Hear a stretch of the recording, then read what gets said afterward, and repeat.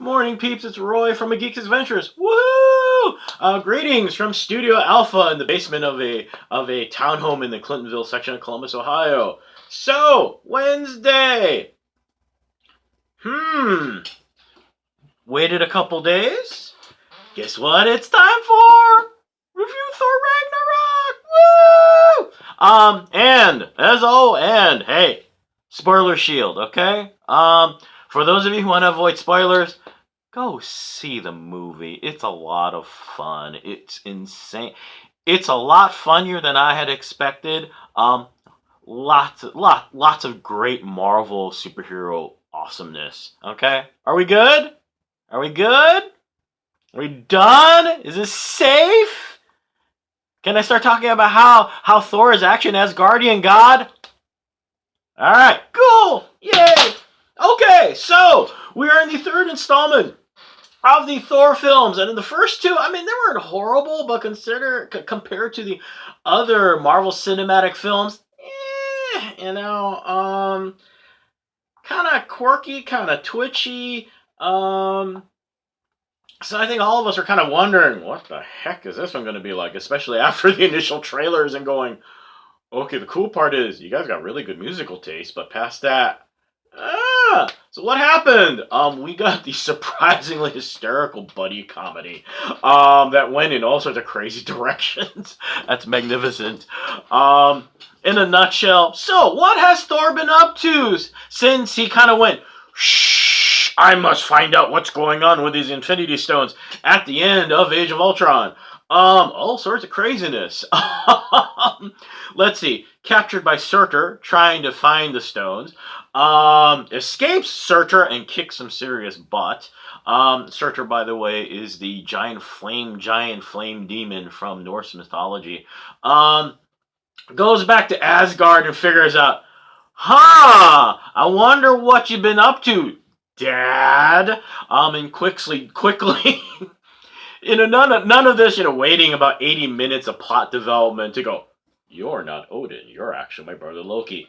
No, Thor's pretty smart. And the umpteenth moment of slapstick humor in the whole film. And you get a little cameo by Matt Damon on top of that. So yeah, find out what happens to Loki. And you find out what happens to Odin. One of the interesting things that happens actually in these films, that Marvel actually kind of done a good job in general. In the middle of the grand moments of adventure and humor, you get those poignant moments also that kind of emphasize where all these godlike beings kind of fit in the scheme of things, and the fact that they've got some serious stuff to deal with as well. One of the, you want to talk major spoiler, you discover the fate of Odin, and he's dying, or actually he dies. And it's fun. Fun's the wrong word. I'm sorry. It's interesting to watch because you have this nigh omniscient, omnipotent being. You remember in the first Thor movie, he's riding Sleipnir, that the 8-legged horse, like badass and crap. You see him like an old man, who's kind of tired, kind of done. Not necessarily in a bad way, but just it's you guys' turn to figure this stuff out. As much as the Thor films have been kind of, the best and most joyous part really is the complexity of the relationship between all three of them, between Thor, between Loki, and Odin. And I'm an only child, but I have lots of friends who are siblings who the term "I don't like you, but I love you" is used a lot. And this is a perfect moment for that, where the two of them come to terms with a relationship. And in the middle of this moment, this warm and fuzzy moment, you find out where Hela comes from. You find out that you get that moment of, oh, okay, I guess Thor is the king of the Asgardians. You know how Odin likes to hide things.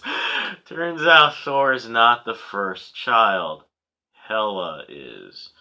And you find out very quickly that before Thor, Odin was kind of a badass mofo that was basically trying to in some ways conquer the Nine Realms, not be their guardian. And who was the right hand sword of fury and all hell and damnation? It was Hela.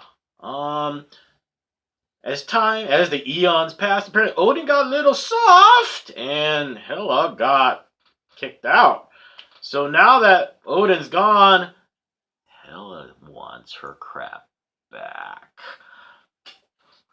And literally, all hell breaks loose. Get it? Ha ha ha! Bad joke. Anyway, so in the middle of all this, both Loki and Thor get cast out onto the planet Sakaar, this giant gladiatorial mishmash, kind of like an intergalactic junkyard, yada yada yada yada, and in a way that can only happen in a superhero film.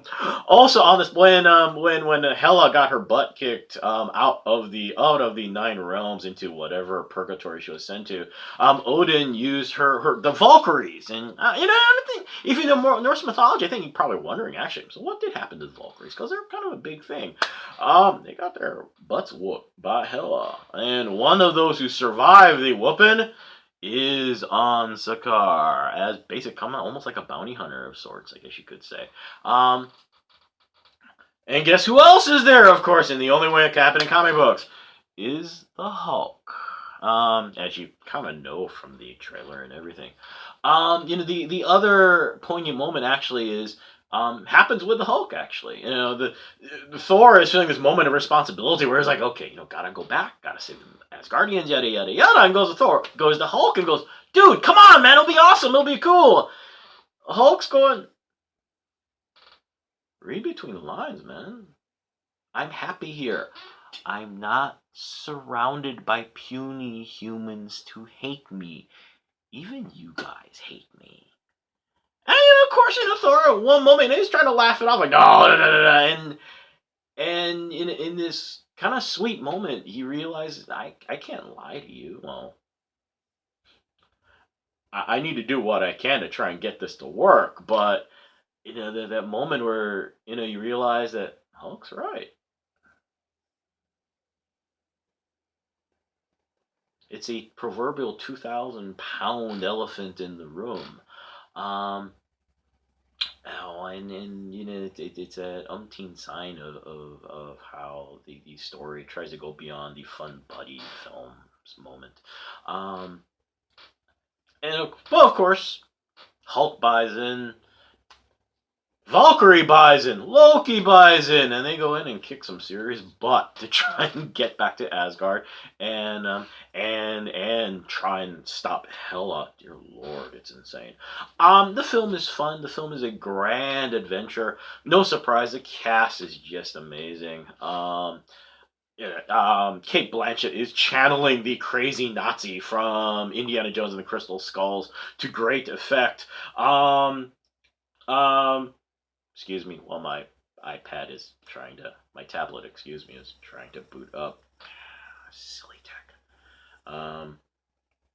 Chris Hemsworth, of course, is fun. Tom Hiddleston, a joy to watch all of them. Tessa Thompson, bless your heart for being Valkyrie. You are awesome. Hey, hint to the powers that be, aka Kevin Feige. Let's see. You got Black Widow. You got Valkyrie. You're gonna get Captain Marvel. Heck, you got Black Panther's sister coming in next year. Just saying, okay? Oh, Gamora. You got Gamora. Just a thought, man. Come on. That would be awesome. Oh my god.